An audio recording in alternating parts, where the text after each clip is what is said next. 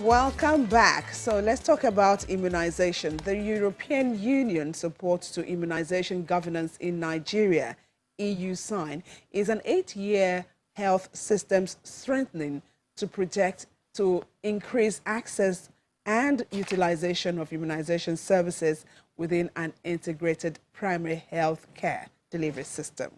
And so EU sign also supports the interruption of wild polio virus in Nigeria through the World Health Organization. Since the 19th of May 2014, the Technical Assistance Project has provided technical support to the National Primary Healthcare Development Agency. So we have in our Abuja studio this morning to talk more about this immunization governance in Nigeria, Dr. Anthony Ayeke, Program Manager, Health, Nutrition, Resilience, EU Delegation to Nigeria and ECOWAS. Also, we have Dr. Ibrahim Yisa, National Team Leader, EU Sign, and Dr. Basi Okose, Program Manager, National Emergency Routine Immunization Coordination Center at the National Primary Healthcare Development Agency. Thank you so much for coming on this morning. So let's start. Let's start by looking at the work of the EU sign in Nigeria. Tell us more about that. Let me begin with Dr. Anthony Ayeke. Yes. All right, thank you very much. The EU sign project is actually the EU support to immunization governance in Nigeria, and it's a project that came out of the lessons learned of previous EU support to the health sector, which dates as far back as 2001. The EU has been supporting immunization. Immunization, someone will say, why immunization? Immunization has just been a window of opportunity to strengthen the healthcare system. So the EU, over the years, has put in over 200 million euros to support the Nigerian health sector in the area of immunization and healthcare system strengthening. And this project in particular started sometime in 2011, and it started with the World Health Organization supporting polio eradication. And then sometime in 2004, we had the routine immunization component strengthened by a technical assistance, and that has brought us up until now. And I would say that it's been a challenging but quite rewarding experience for the EU sign project, which has focused on immunization governance, infrastructure strengthening, support to data management, and of course, polio eradication. Thank you. Okay, Dr. Issa, tell us more, because when we talk about polio eradication, we have good news in Nigeria now. We've been 3 years without any case of wild polio virus. Tell us about the role of the EU sign in this. Thank you very much. As the last speaker mentioned, the EU sign project had 2 components.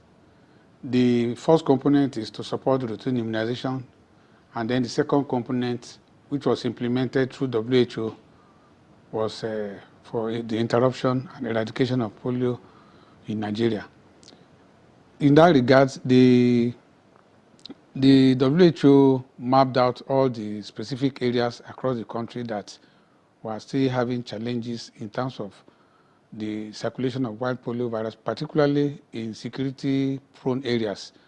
And all the resources that were provided by different partners, particularly EU, the European Union, were targeted at supporting the various activities that were meant to stop that interruption. And over this period, we've succeeded, and as you rightly said at the beginning, we are beginning to go very close to being certified polio-free. For now, in the last 3 years, we've had no form of wild polio virus transmission, and then I'm sure you saw the event of last week that confirmed that.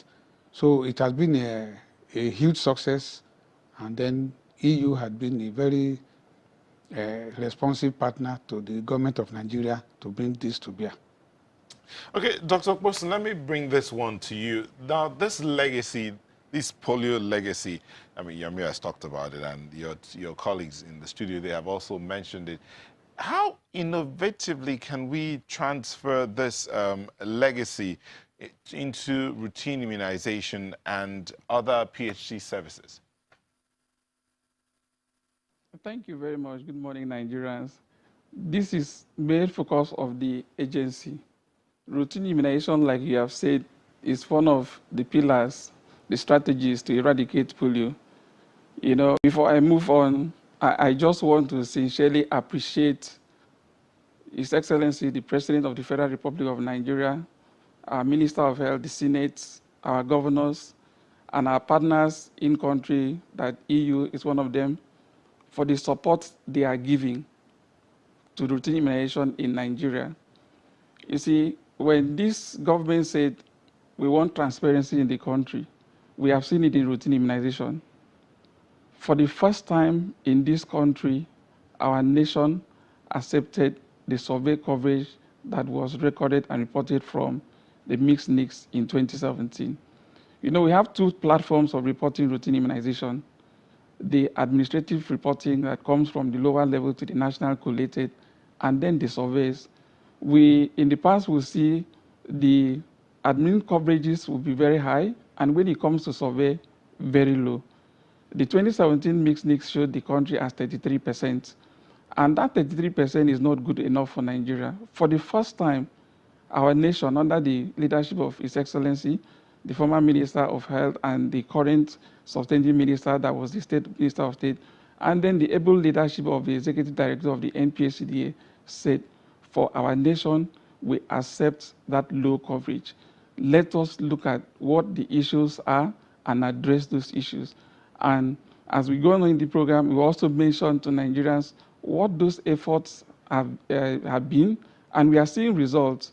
When we started the attention to routine immunization as under the able leadership of the Executive Director, Dr. Fisher, we were looking at the states in the nation. We categorized those states. And looking at our states in Nigeria, from the mixed NICS, there were 18 states that were perpetually not doing well. And those 18 states gave an average of 16%. And those 16% is not good enough for Nigeria. Then, under this leadership of our Executive Director, a Minister, and the able President, a state of public health care concern was declared in Nigeria, specifically on the 17th of June 2017. And this led to the establishment of the National Emergency Routine Immunization Coordination Center, the first of its kind in Nigeria. At the center, I can tell Nigerians very realistically that the government, represented by NPHCDA, all our partners, EU as a member, WHO, UNICEF, and the donors that are here in country, we meet at that center on a daily basis. And it's also surprising, you know, I mean, to tell Nigerians that for the first time, you know, looking at the focus the agency is having on routine immunization, we have a chief executive that sits with this team every morning as long as he is within Abuja.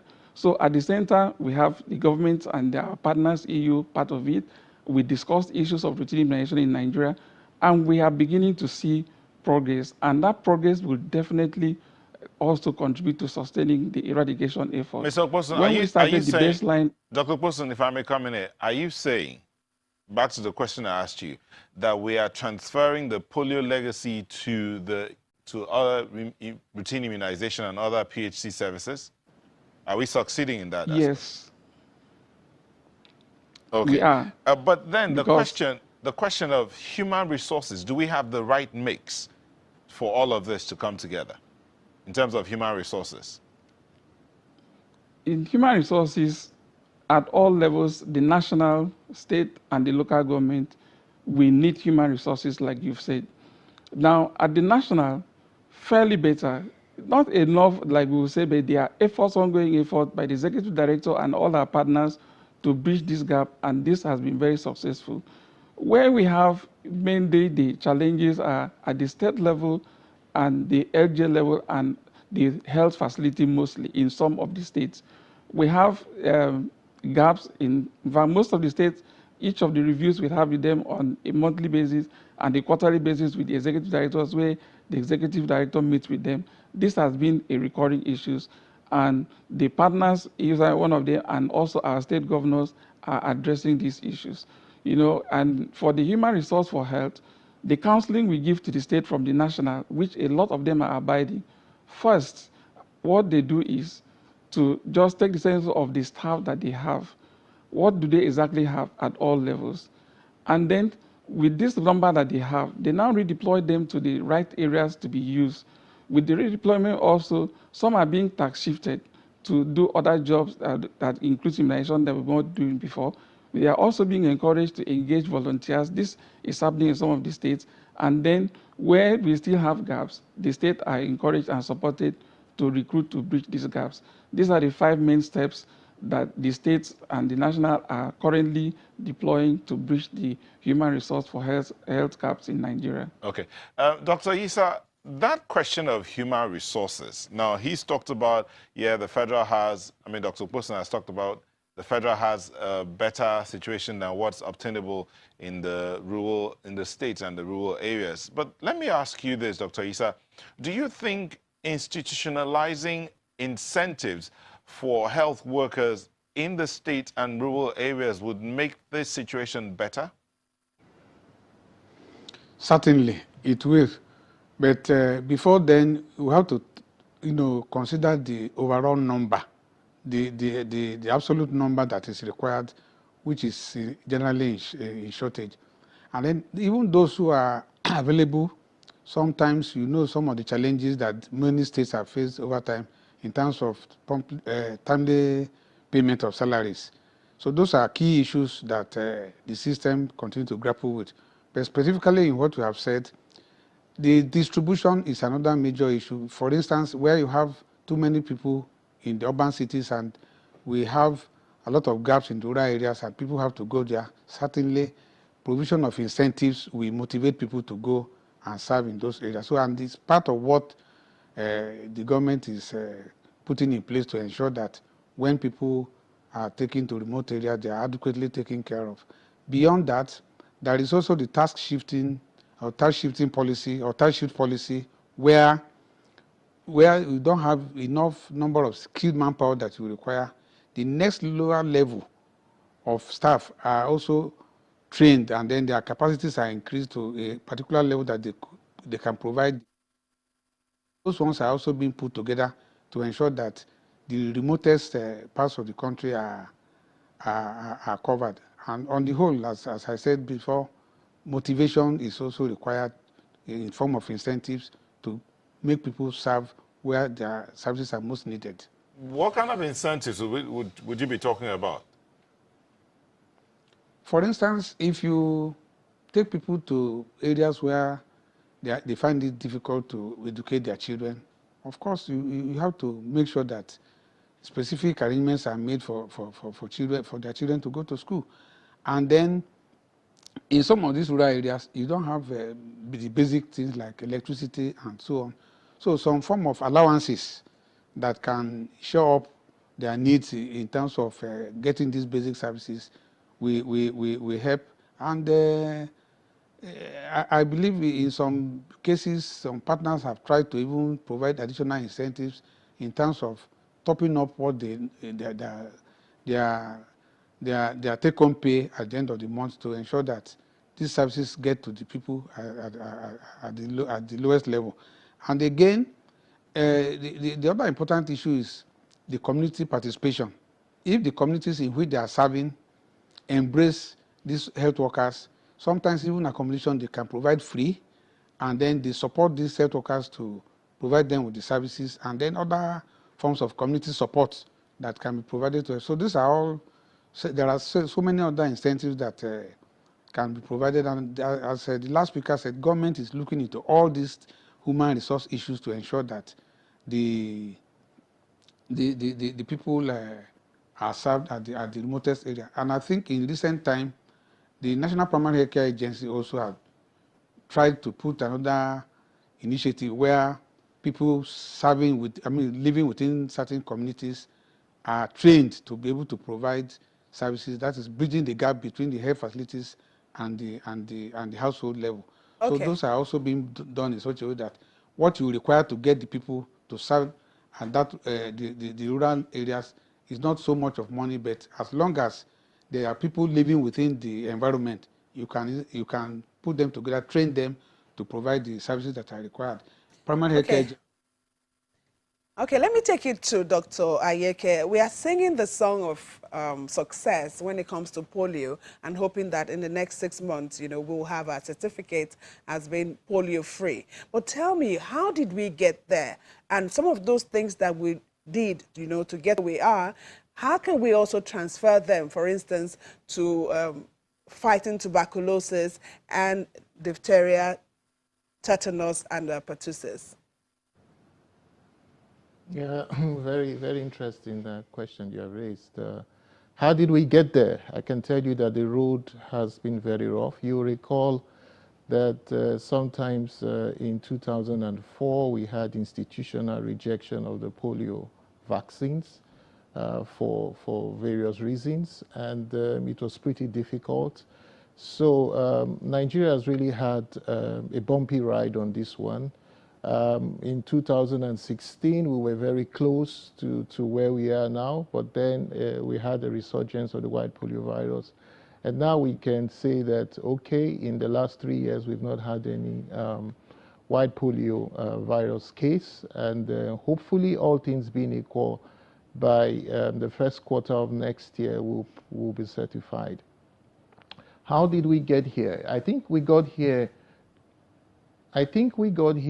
through partnership, collaboration, effective collaboration with all stakeholders. The traditional leaders played a very, very valuable role in getting communities mobilized and getting parents to bring their children to be vaccinated in spite of negative rumors. I think that the government played a huge part in its political commitment to ensure that polio is eradicated. Partners came together to agree on harmonizing their efforts towards polio eradication. And you will see that all these had even unintended consequences that were pretty good for other issues. For instance, the Ebola crisis, where the polio structure was repurposed to address contact tracing for Ebola. And so you see, how did we get here? We got here through dedication, through collaborative efforts, through mobilizing the communities, through demand creation for vaccines, through political commitment, ensuring that the government provides predictable financing for vaccines, through partners coming together and agreeing that they need to harmonize and align with government plans. And eventually, we are here now. Now, how can this be done for other diseases? I think that we need to continue on the same track. There is a new strategic document that they have put together for immunization, but also for primary healthcare system strengthening, because immunization should not be seen as a standalone.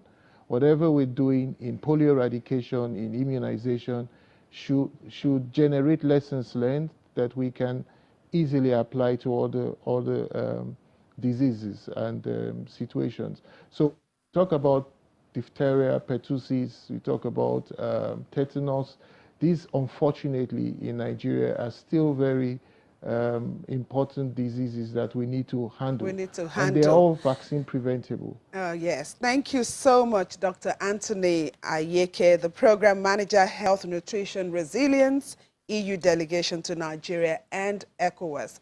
Also, we've had in our studio Dr. Ibrahim Yisa, the National Team Leader, EU SIGN, and from the National Primary Healthcare Development Agency, the Program Manager, National Emergency Routine Immunization Coordination Center, Dr. Basi Okmose. Thank you all for coming on. Thank you we very hope much. that we'll have more success stories to talk when it comes to our immunization in Nigeria.